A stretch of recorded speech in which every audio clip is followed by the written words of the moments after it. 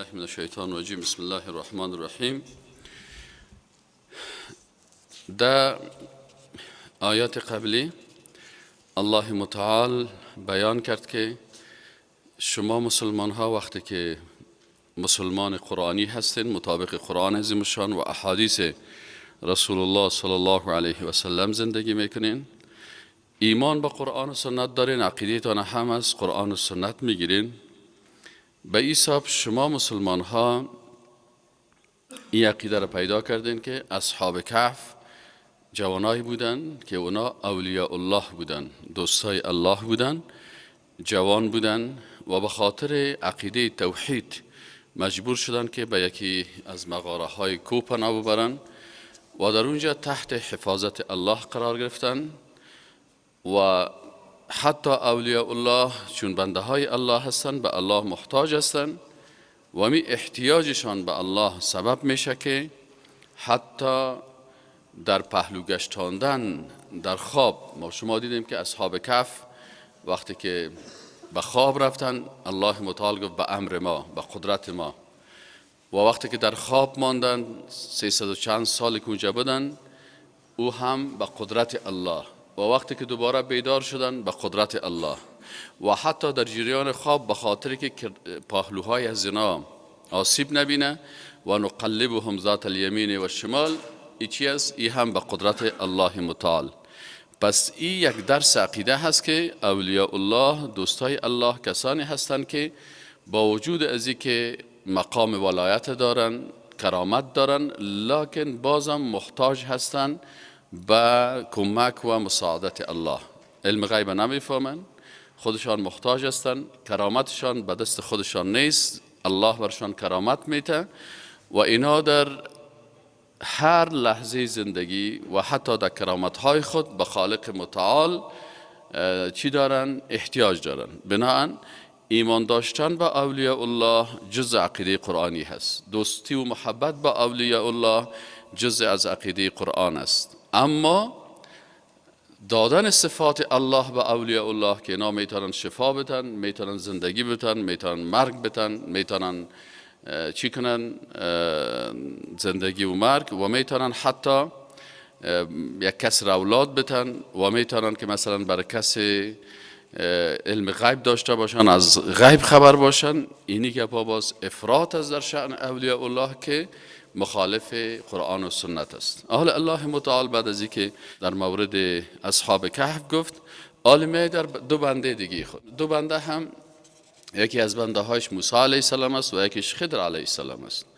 در قسمت موسی علیه السلام ما و شما میفهمیم که یک پیغمبر اولوالعزم است، معصوم است، خالی از گناه های کبیره و صغیره هست. لکن بعضی اوقات میشه که یک پیغمبر به اساس خواص انسانی خود یگان سخنی را میگه، حتی امو سخن عادی هم که یک پیغمبر میگه، الله متعال دو هم ایره محاسبه میکنه و برش نشان میده. خضر علیه السلام الله متعال یک مقام و منزلت خاص داده بود و بعضی علما میگن که چی هستن؟ خضر علیه السلام پیغمبر است و بعضی ها میگن که پیغمبر نبود ولی الله متعال برش بعضی علوم آموختانده بود که در حقیقت برای موسی علیه السلام الله متعال قدرت خدا نشان داد که و فوق کل ذی علم علیم. اعوذ بالله من الشیطان الرجیم. بسم الله الرحمن الرحیم. الله متعال میگه که و اذ قال موسی، و هنگام گفت موسی علیه السلام لفتاه، برای ازموی جوانی که خدمتگارش بود، لا ابرحو، همیشه می قسم ما و شما دوامدار حرکت میکنیم، حتی تا زمان حرکت میکنیم و میریم که ابلغ، برسیم مجمع البحرین، در جایی که دو بحر یا دو دریا با هم چی میشن؟ یک جا میشن. او عمد حقوبه و یا ای که ما و شما اموت پیش رفته میریم دیگه مدتهای دور تا هر قسمتی که رسیدیم. چون الله متعال بر موسی علیه السلام گفته بود در روایات میاد در صحیح البخاری که وقتی از موسی علیه السلام پرسان شد که عالم کی هست، آیا از تو که عالم تر در زمین یافت میشه، موسی علیه السلام به اساس امو عقیده که داشت، به اساس فهمی که داشت، موسی علیه السلام فهمید که ما پیغمبر هستم و اول العزم هستم و بالای ما وحی آمده. بنابراین موسی علیه السلام گفت من تصور میکنم که از مکه کس دیگه در زمین عالمتر نباشه. لکن در امیجه هم یک لغزش است، چرا که موسی علیه السلام باید اینجا میگفت که و فوق کل ذی علم علیم، ما به مو اندازه میفهم که الله برام علم داده، مثل که ملائکه برای الله گفتن که لا علم لنا الا ما علمتنا. این هم باید امی قسم، چون ملائکه معصوم هستن، این پیغمبر معصوم باید اما یک جمله را استعمال میکرد که میگفت ما علم ندارم مگر به مو اندازه که الله بر ما علم داده. لکن موسی علیه السلام تصور کرد که برای ما وحی داده شده و حکم داده شده، پس ما دیگه از مکه عالمتر یافت نمیشه.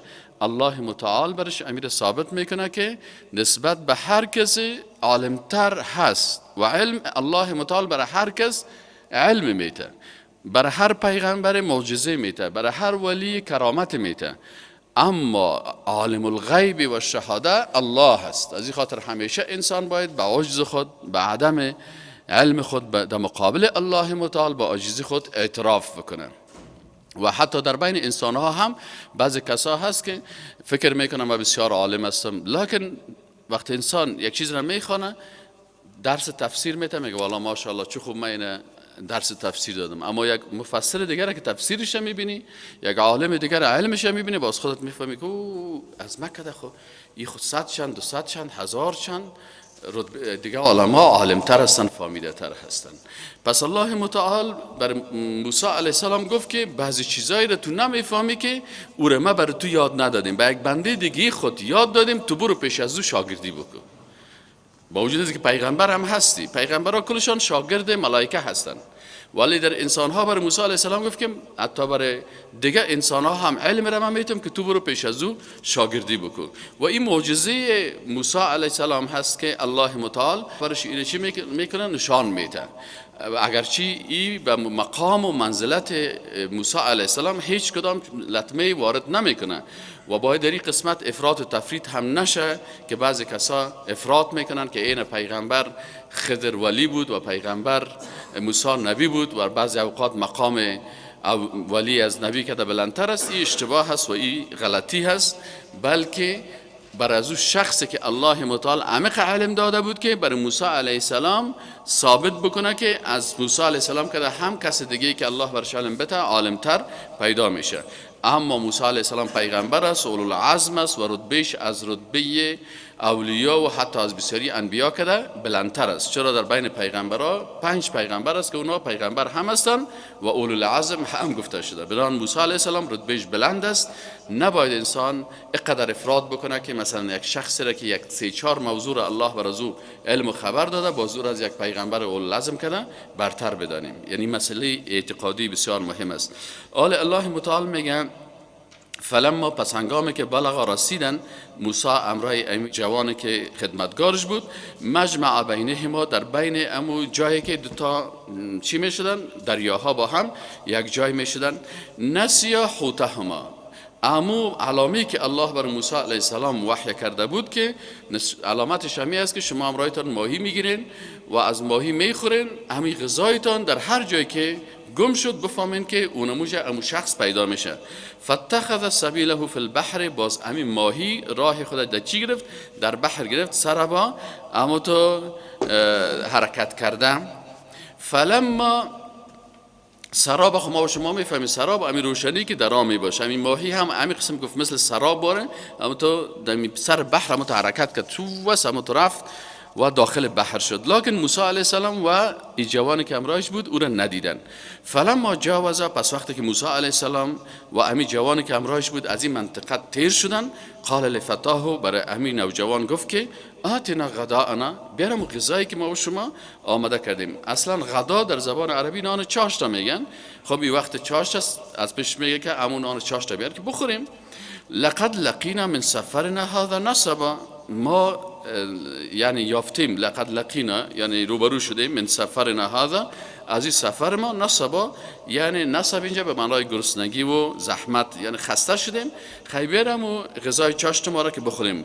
قال ارأیت اذ آوینا الی الصخره، برشمی جوان میگه آیا ندیدی ای موسی علیه السلام اذ اوینا وقتی که ما نشسته بودیم الی الصخره دمو یک سنگ دیگه چی شد؟ یا استراحت کرده بودیم، اوینا معوا گرفته بودیم یا نشسته بودیم یا استراحت کرده بودیم بالای امو صخره. صخره امو سنگ بسیار بزرگ است که انسان وقتی که خسته میشه میره قرار سر یک سنگ بزرگ راحت میباشه، از ریگ کرده بالای امو سنگ میشه. فانی نسیت الحوت، میگه اونموج ما فراموش کردم ماهی را، و ما انسانیه الا شیطان، و فراموش نکرد ایره بالای ما الا شیطان ان اذکره که ما او را یاد کنم.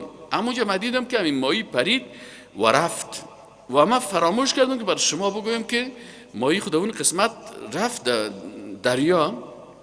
و اتخذ سبیله فی البحر عجبا، و اتخذ و گرفت ماهی سبیله رای خود فی البحر دمو دریا عجبا به طریق عجیب. یعنی ماهی که اونا گرفته بودن ای از بین امو چیزشان مبرایه و به یک شکل خاصی در دریا، پیشتر که گفت که سر با حرکت میکنه مثل سراب باره دیگه. این جوان برش میگه والا ما فراموش کردم باز بر شما بگم که ماهی خوج افتاد، ماهی خود رفت او دیگه از پیش من. قال ذلک ما کنا نبغی، موسی علیه السلام گفت این ما آنچه بود که کنا بودیم نبغی امور جستجو میکردیم یا هدف ما بود. هدف ما میجا بود که در جایی که ماهی چی میشه. قال گفت موسی علیه السلام ذالک اینمی هست ما آنچه که کنا بودیم نبغی که او را ما چی میکردیم جستجو میکردیم. فرتد علی آثارهما قصصا، فرتد پس برگشتن، تا قسمت زیاد رفته بودن. یک درس عقیدتی گرفته میشه که پیغمبر موسی علیه السلام پیغمبر بود ولی علم غیب نداشت. علم غیب نداشت که حتی ماهی که همونجا از پیشان افتاده بود او را هم خبر نشد، فقط به اساس وحی که الله برشان میده. یک درس عقیدتی یادداشت بگیرین که یکی علم غیب است، یکی اخبار عن الغیب است. علم غیبی است که یک کس خودش علم غیب داشته باشه و در فهمیدن امور غیب غایب گذشته و حال آینده به کس دیگه نیاز نداشته باشه، که این علم غیب مخصوص الله متعال است.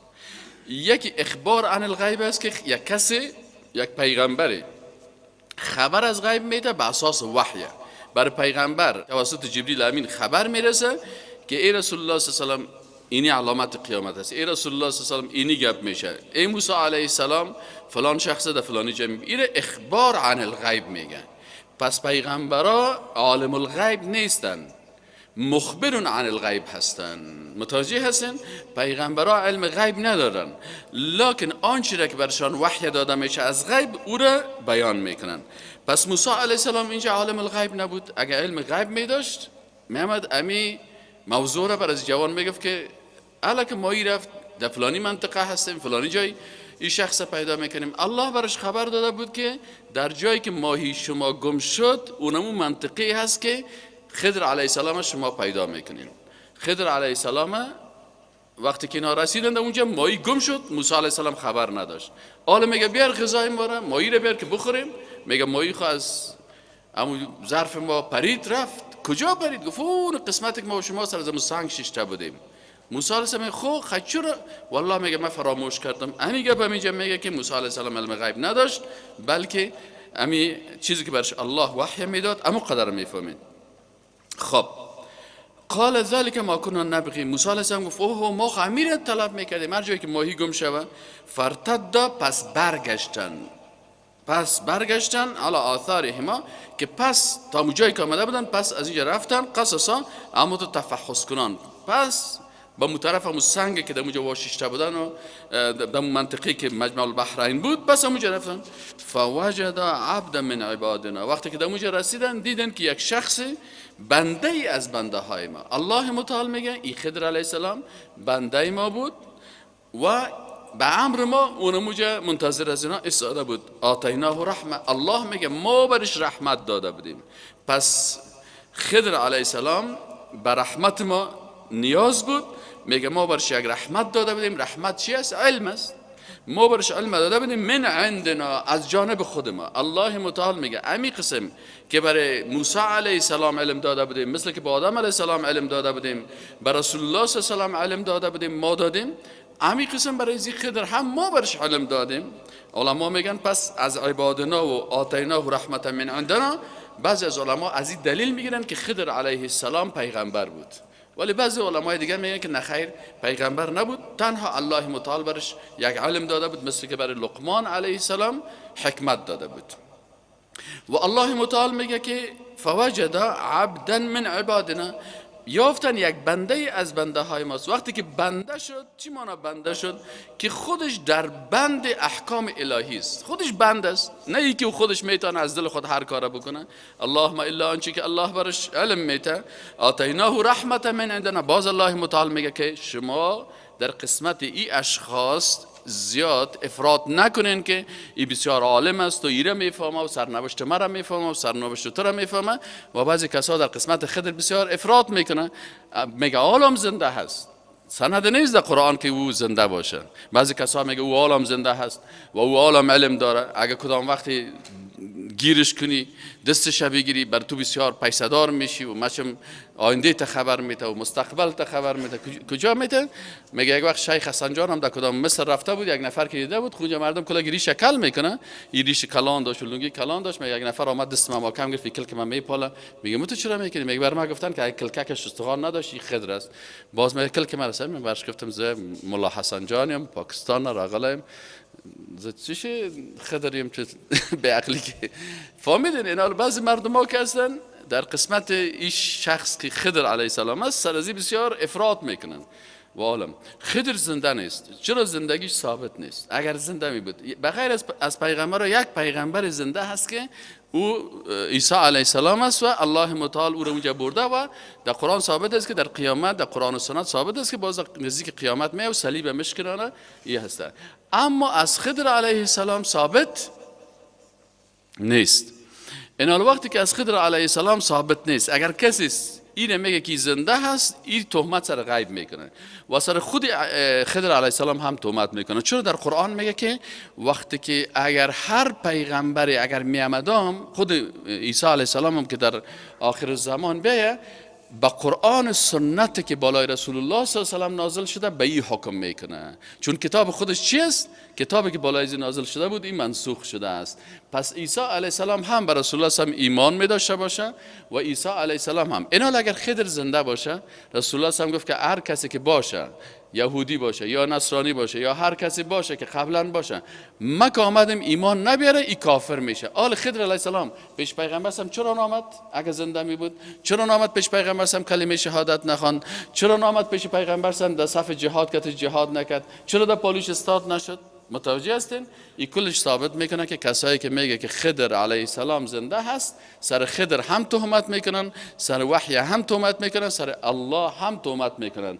و من اظلم ممن افترى علی الله کذبا. کی ظالم تر است که سر الله تهمت بکنه، سر قرآن تهمت بکنه، سر پیغمبر تهمت بکنه، سر اولیاء الله تهمت بکنه؟ بناهن سر خضر علیه السلام چیست؟ الله متعال میگه اولی بنده ما بود، رحمت علم بود، ما برش دادیم، از جانب خود برش دادیم و علمناه من لدنا، این ما تعلیم دادیم علم ها. بعضی کسا میگه بعضی اشخاص علم لدونی می داشته باشه. چی معنی علم لدونی می داشته باشه؟ میگه اما تا هیچ ضرورت به کتاب و قرآن و سنت نداره و این علم برش پیدا میشه، اما از جانب الله میداده. این علمی که الله متعال برای پیغمبرا میته و برای اینجا برای خضر علیه السلام داد، در قرآن و سنت ثابت است. اگر یک کسی دیگه میخیزه و اینجا در مجلس میگه ای نصیب ما چی دارم؟ برای ما علم از چی شد؟ که یک کس شیشته بده میگه ما علم دارم لدونی. قرآن از روی صحیح خواندن نمیتونست، حدیث خو هیچ نمیفهمید، احکام دین هیچ نمیفهمید، معنای قرآن نمیفهمید، باز میگه نه صاحب ما علم لدونی دارم. چی معنی؟ باز میگه یعنی ما علم غیب دارم، بسیاری غیبیات و ایگپا را میفهم، در حالی که الله متعال نگفته در این قرآن که خضر علیه السلام علم غیب داشت. چرا؟ عالم الغیب کیست؟ الله هست. اینا اگر کس میگه که یک کسی برش علم غیب پیدا میکنه و علم لدونی رو به معنای علم غیب تفسیر میکنه، این در حقیقت صفت الله را به کی میته؟ به یک مخلوق میته و این شرکی را در چی میگن؟ شرک در اسماء و صفات. متوجه هستید؟ قال له موسی، میگه موسی علیه السلام وقتی که دید، چون الله متعال برش وحی کرده بود، این وقتی که برای یک پیغمبر وحی شوه، موسی علیه السلام چرا می پیش از شاگردی میکنه؟ وحی برش میشه. الله متعال برش میگه برو پیش فلان نفر درس بخوان. آل موتور الله متعال چی گفته؟ گفته قرآن بخوان، سنت بخوان. متوجه هستین؟ آل موضوع مکلفیت ما چی است؟ بریم پیش یک شخصی که او قرار اونجا شیشته باشه، نه قرآن و سنت نمیفهمه، پیش از او درس بخوانیم، یا نه؟ رسول الله صلی الله علیه و وصیتش برای ما و شما چی بود؟ که بر شما دو چیز ترک کردیم، کتاب الله و سنتی، قرآن و سنت ترک کردیم. اینمی هدایت است. این ما و شما و کامل است. اگر کس میگه قرآن و سنت ناقص است، ما میره پیش فلانی شخص که نقصان قرآن و سنت تکمیل بکنیم، این کفر است. چرا که الیوم اکملت لکم دینکم. و اگر کسی میگه از شخص دیگه برتریت است نسبت به قرآن و سنت، اینجا برش مشکلات اعتقادی پیدا میشه. از این خاطر کسایی که قرآن و سنت درست نمیفهمن، بسیاری وقتا در این مسائل افراط و تفریط میکنن که قرآن نقطه به نقطه بخوانین و از کلمه به کلمه قرآن استفاده بکنین. قال له موسی علیه السلام، چون برای موسی علیه السلام الله وحی کرده بود که برو پیش از شخص ببین که بعضی چیزها را برات میآموزانه، یاد بگی ببین که چی میگن.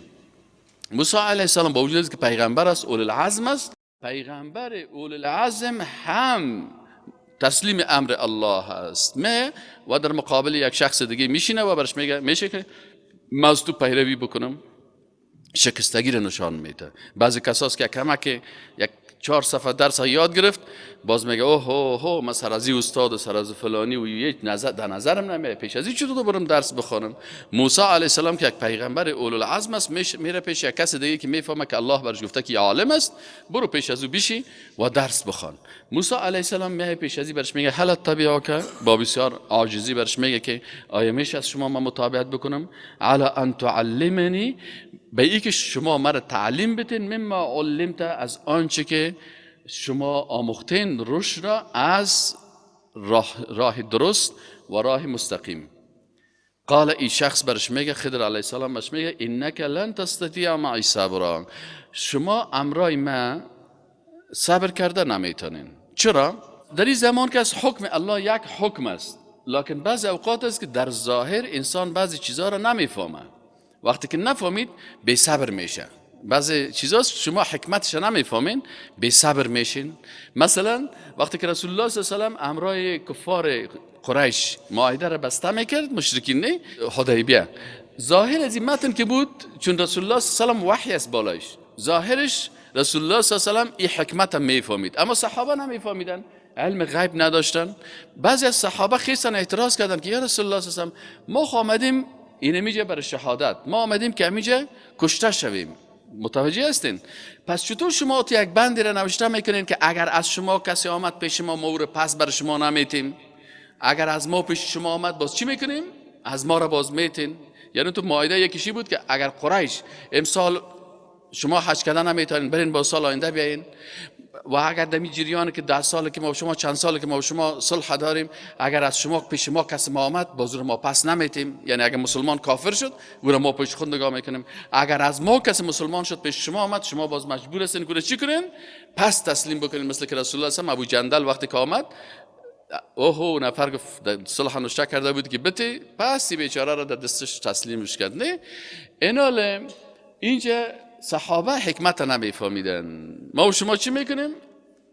حکمتش صحابه نمیفهمیدن. یک دفعه صحابه گفتن که یا رسول الله این چه قسم صلح هست، ما ایره چی نداریم، این برای ما بسیار مشکل است. صحابه خو حکمتش نمیفهمیدن، ظاهر خطا که سهل میکنن یک قسم است. بالاخره حتی وقتی که رسول الله هم گفت که برین دیگه حالا یا احرام بسته کرده بودین، برین حلق بکنین، خود از احرام خلاص کنین، کل ازیا گفتن که نه یا رسول الله صلی الله علیه و آله، ولی اینجا سر ما بسیار ظلم شده، این قریشی ها بسیار از زور استفاده کردن، ما میخوایم که چطور. آخر رسول الله هم داخل خیمه رفت و مشاور سیاسی رسول الله صلی الله علیه و آله ام سلمه بود. یعنی سعی کنین مقام زن در اسلام، در اینجا مشوره کی برش میتواند این مشکل خطرناک سیاسی. رسول الله هم در خیمه داخل شده، این تو پرده زدگی است، اونجا داخلش در حجاب کی نشسته؟ ام سلمه رضی الله عنها نشسته. یک زن با شخصیت است، یک زن با ایمان است و یک زن سیاستمدار است، یک زن با فراست است. رسول الله صلی الله علیه و سلم داخل میشه، برش میگه که چی حالت است؟ چرا؟ میگه صحابه سر خود کل نمیکنن، خفه هستن از این متن که نوشته کرده، میگن در حق ما بسیار مشرکین ظلم کرده. و رسول الله هم گفت اگر 5 دقیقه دیگه می کارو نکنه کل از کافر میشه. سلمه چون شخصیت بسیار عالی بود و بسیار سیاستمدار بود و بسیار اسلام شناس بود و بسیار جامعه شناس بود، متوجه هستین؟ کل چیز درک میکرد. بر رسول الله صلی الله علیه و گفت که بیبی ای رسول الله صلی الله علیه و اینا تصور میکنه که شما ایره ترحما بالای زنا کردین. اونا میگن ما رحم کار نداریم، ما میخوایم که جهاد بکنیم، ما میخوایم شهید شویم، ما میخوایم که هیچ چیز قبول نداریم. اما وا خبر نداره که حکم وحی است بالای تو. رسول الله صلی میگه چطور میکنم برای اینا؟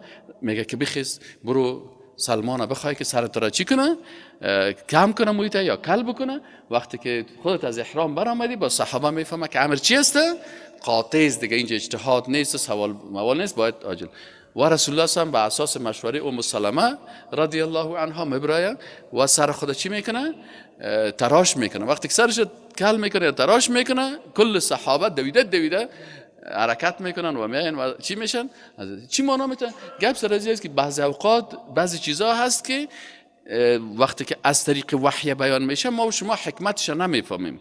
وقتی که حکمت نفهمیدیم، بعضی کسا حکمت نمیفهمه، باز از پیش اشتباه میشه. دمیجه الله متعال بعضی کار اوامر است که مخالف شریعت نیست، متوجه هستین؟ یعنی خضر علیه السلام مطابق شریعت کار میکرد، مطابق امر الله کار میکرد، لکن او کاری که خضر علیه السلام میکرد حکمتش موسی علیه السلام الله تعلیم نداده بود. حکمتش برای کی گفته بود؟ برای خضر علیه السلام گفته بود، به خاطر از اینکه موسی علیه السلام بفهمه که بعضی چیزا هست ما هم ولا نمیفهمم، ما هم علمش ندارم. خب خضر علیه السلام برش گفت که قال انک لن تستطیع معی صبر، شما امرای من موسی علیه السلام نمیتونین صبر بکنین، به خاطر از اینکه بعضی چیزای هست که ظاهرش یک قسم است لکن او کار حکیمانه هست، اما خودت حکمتش درک کرده نمیتونی.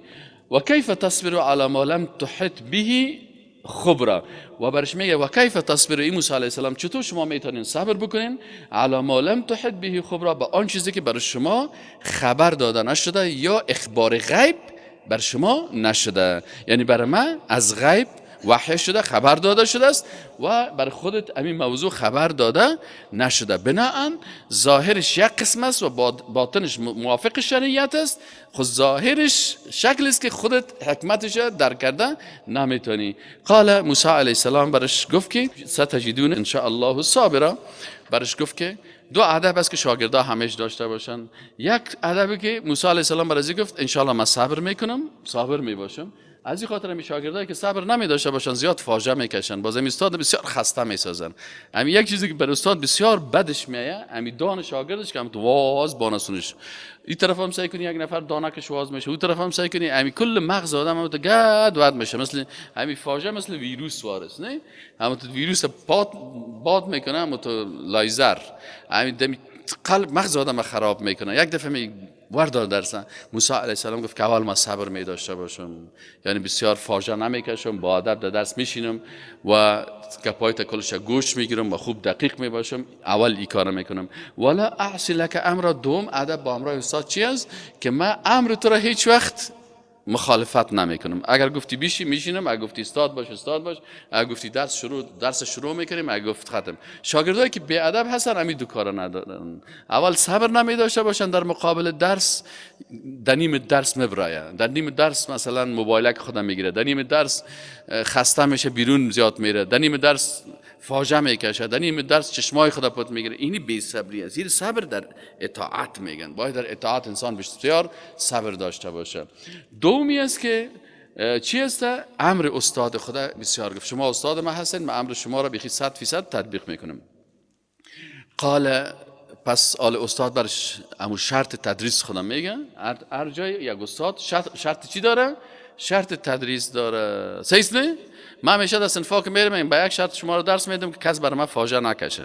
خب متاسفانه اول کلگی شرط قبول میکنن، باز که درس شروع شد باز دیگه فاجعه خود شروع میکنن. آل خضر علیه السلام وقتی که درس میده موسی علیه السلام چی میگه؟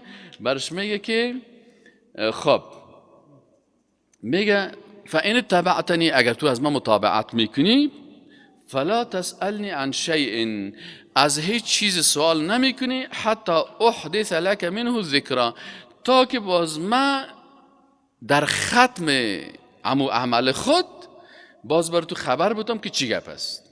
در اون وقت خودت هیچ عکس العمل باید نشان ندی. فانطلقا، پس اینا حرکت میکنن.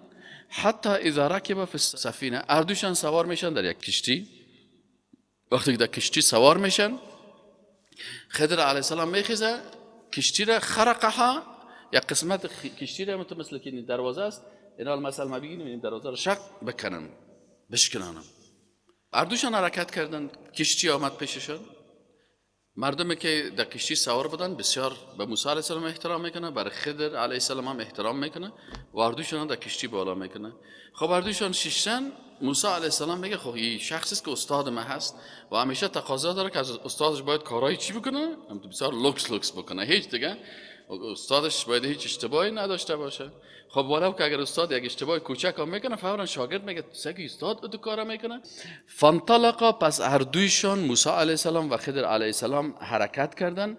حتی اذا رکب فی السفینه، تا ای که هر دویشان رکوب، ما شما میفهمیم که سوار شدن، فی السفینه در کشتی، خرقها، شکستان امی کشتی را، یک قسمتش کی شکستان؟ خضر علیه السلام شکستان، استاد شکستان دیگه.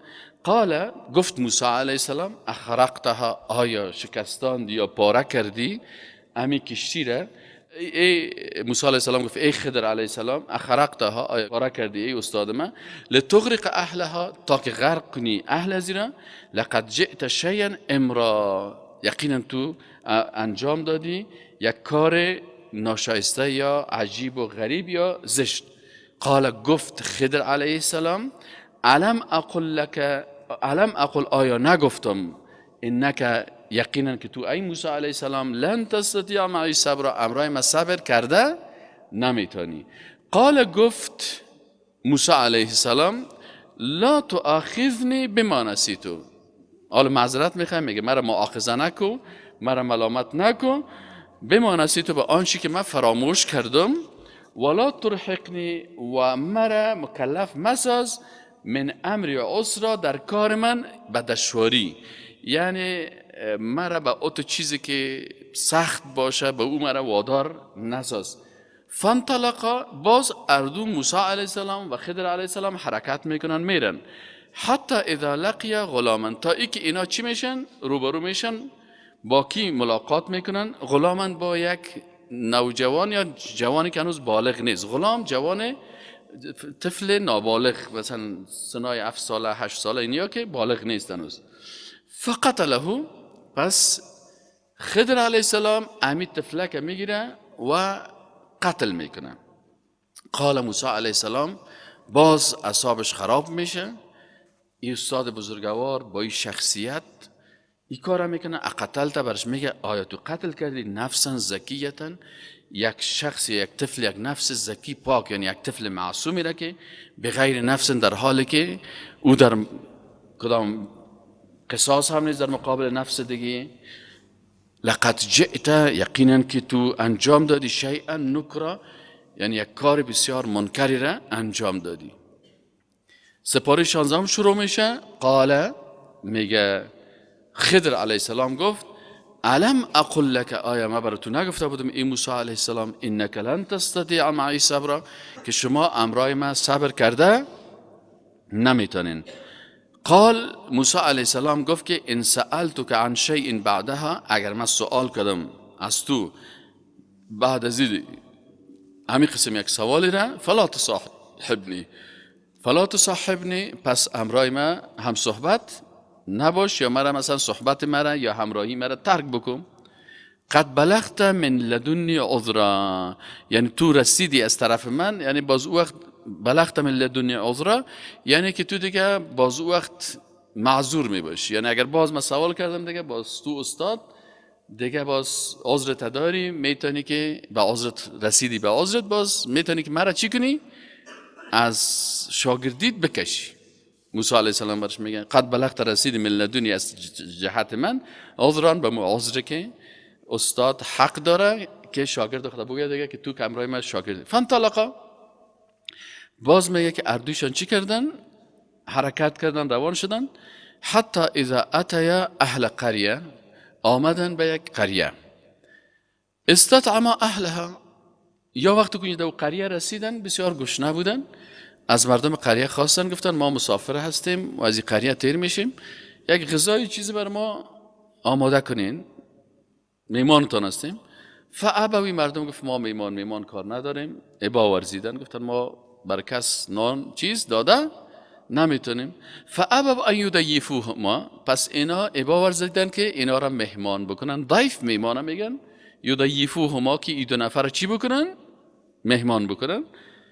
خب وقتی که برای نان نداد، آل خود قلب از یک چیز میمونه که سکوی قریه چه قسم مردم هستن، حداقل یک دو نفر نان هم ندادن. فوجد فیها جدارا، آمدن تیر میشن سمیه که یک دیوار است اونجا. یرید ان ینقض، امی دیوار میخواه که چپه شوه، یعنی خود دیوار نزدیک چی شوه؟ چپه شوه. خضر علیه السلام فورا میخیزه و امی دیوار را نمیگذاره که چپه شوه. پس چی میکنه؟ جورش میکنه. فاقامه، پس ایره استاد میکنه خضر علیه السلام. آل موسی علیه السلام خود دید که مردم میمانی هم نکردن، گشنام هستیم، دیوالشون هم در حالت چپه شدن بود. باز موسی علیه السلام برایش یک پیشنهاد کرد، گفت قال لو شئت لاتخذت علیه اجرا، گفت اگر خواسته باشی در مقابل از این چیز کارت. این مردم خب میمانی مفت ندادن، حالا که مشکل داشتن دیوارشان خراب بود، شما خیسینی را جور کردین، میتونستی که در مقابل از چی بگیری؟ اجوره بگیری و از موجودی از او باز از پیشان غذا میخریدیم، یا برشان میگفتیم ما دیوار رو جور میکنیم برای ما در عوضش بر دو نفر غذا بتین. آل دیگه خضر علیه السلام گفت هذا، قال خضر علیه السلام گفت هذا فراق بینی و بینک. اینه دیگه سه امتحان آوردم، در سه امتحان خودت نتونستی صبر بکنی، این دیگه جداییست، فراق جداییست بینی و بینک، بین ما و خودت. سأنبئك بتأویل ما لم تستطع علیه الصبر. الله متعال برای خضر علیه السلام وحی فرستاده و همین کارهایی را که خضر علیه السلام کرده به اساس حکم الله کرده، مخالف حکم الله نکرده، منتها ظاهرش کاریست مطابق شریعت که حکمتش موسی علیه السلام از طریق وحی خبر داده نشده و صرف ای به خاطر از این هست که موسی علیه السلام بفهمه که و فوق کل ذی علم علیم. از این ما و شما مثلا تمام علما باید این درس بگیره که بعضی کسا را ببینی باز میگه که من بسیار عالم هستم، فلانی جاهل است. ما و شما کل ما باید اقرار بکنیم که جاهل هستیم. چرا حروف مقطعات است؟ الف لام میم وقتی که میخوانیم میگیم الله اعلم بمراده، چی معنی؟ من جاهل هستم، انا لا اعلم. وقتی که نفهمیدم جاهل شدم. کاف ها یا عین صاد، الله اعلم بمراده، یعنی معنیش است که من چی هستم؟ جاهل هستم. الله متعال بر رسول الله صلی الله علیه و خبر داده از مکه، در رسول الله صلی الله علیه و که امی بود، مکتب نخوانده بود و بهتر بود. مکه پانتون هم خواندیم بسیاری چیزا را نمیفهمم. پس او که ناخوان بود الله برش وحی داد، بر ما وحی ندادن. ما در مقابل وحی که بر رسول الله صلی الله علیه و آمده هست جاهل هستیم، بسیاری چیزا را انسان نمیفهم. از این خاطر انسان همیشه یک فقه را که انسان باید داشته باشه که متاسفانه او را بسیاری از حتی طلبه علم ما و شما چی که علمای ما ندارن، متاسفانه بسیار کم مردم است که این نعمت داده شده. او فقه الانکسار رو میگه که انسان باید چی باشه؟ همیشه شکسته باشه، خصوصا در مقابل الله، در مقابل کتاب الله، در مقابل دیگران خود ضعیف فکر بکنه، جاهل فکر بکنه، ناتوان فکر بکنه و دیگران را همه را از خود کده برتریت بده، دیگران را خوبتر و از هر جهت دیگران را ارزش بیشتر بده و علما را نسبت به خود کده عالمتر و دانشمندتر فکر بکنه. این فقه انکسار میگه. ولی متاسفانه از وقتی که می شهادت نامه لیسانس و ماستری و دکترا و رتبه های مثلا پوهانوال و پوهاند و این گپا برآمده، همین فقه انکسار روز به روز چی میشه؟ بیخی از بین میره و به عوض جای فقه انکسار فقه الاستکبار شروع شده. حالا باز تکبر بسیار دارن. یک نفر که مثلا 12 پاس نیست، وقتی که 12 پاس برای شد بکالوریا پاس است، باز یک غرور پیدا میکنه. باز که لیسانس شد دیگه باز خوب دیگه شیطان دیگه مغزش میدره که دیگه فلان این نجار است و گلکار است، تو لیسانس هستی. باز که ماستر شد خیلی سلام نمیتیده. دکتر که شد خب باز توی در مقابلش آدم معلوم نمیشی. این فقه انکسار نیست، در حالی که شریعت همین هست که انسان هر قدر که علم داشته باشه تواضع کند، هوشمند گزین، نهد شاخ پرمیوه سر بر زمین. این فقه انکسار میگن.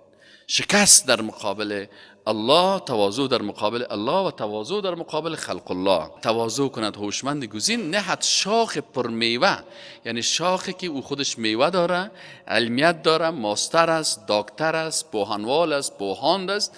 اینی چی میکنه؟ این شکست قبول میکنه و در مقابل بر دیگران ارزش میده. به خاطر از اینکه خاتمه ما مستور است، نمیفهمیم که اینمی جوانی که ما تو در نظر ما نمیاد امی جنتی باشه، امی تو که با امی رتبه و کمال و کل چیز عبا و قواید دوزخی باشی. اون وقت بازم افتخار بکنه و خوشحال باشه و خیزک بزنه که باز بر مردم بگه که او مقرأ و کتابیه، ببین دفتر اعمال مثلا ماشاءالله مرا گفت که جنتی هستین.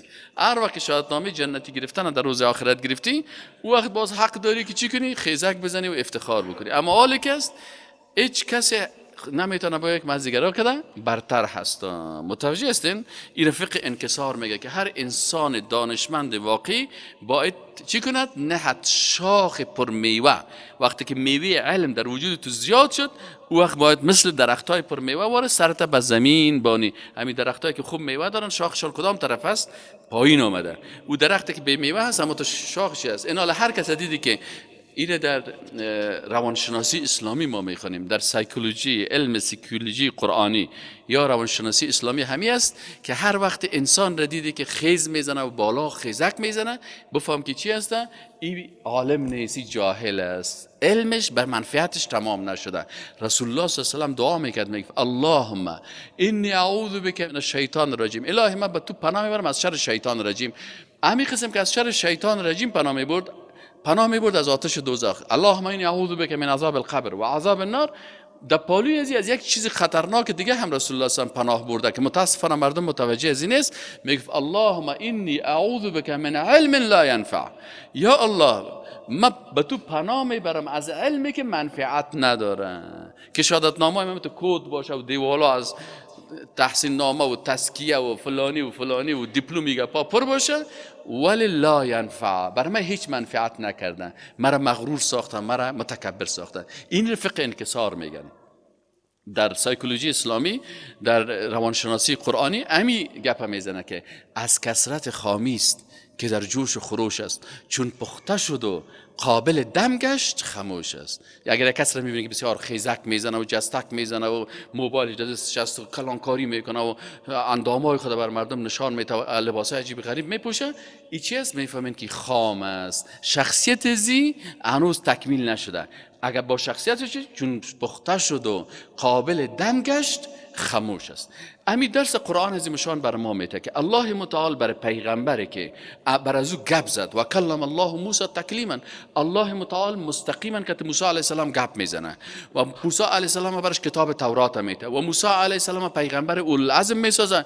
یک روز از موسی علیه السلام ام یک کلمه میبره که میگه من بسیار عالم هستم، از مکه عالم تر نیست. الله متعال برش میگه که این موسی علیه السلام من عالم الغیب هستم، برای یک مخلوق عادی دیگه برو که چیزایی رو او بر تو یاد بده که تو خبر نداری. و همین چیز که موسی علیه السلام پیش خضر علیه السلام میه و خضر علیه السلام برای موسی علیه السلام عملا درس میده، میبرش کارایی رو میکنه که موسی علیه السلام حکمت از رو نمیفهمه. موسی علیه السلام میفهمه که آوا فوق کل ذی علم علیم، از هر عالم که عالمتر بزرگ دیگه هم یافت میشه. اینی چیز که فقه انکسار ایجاد میشه. فهمیدین نه؟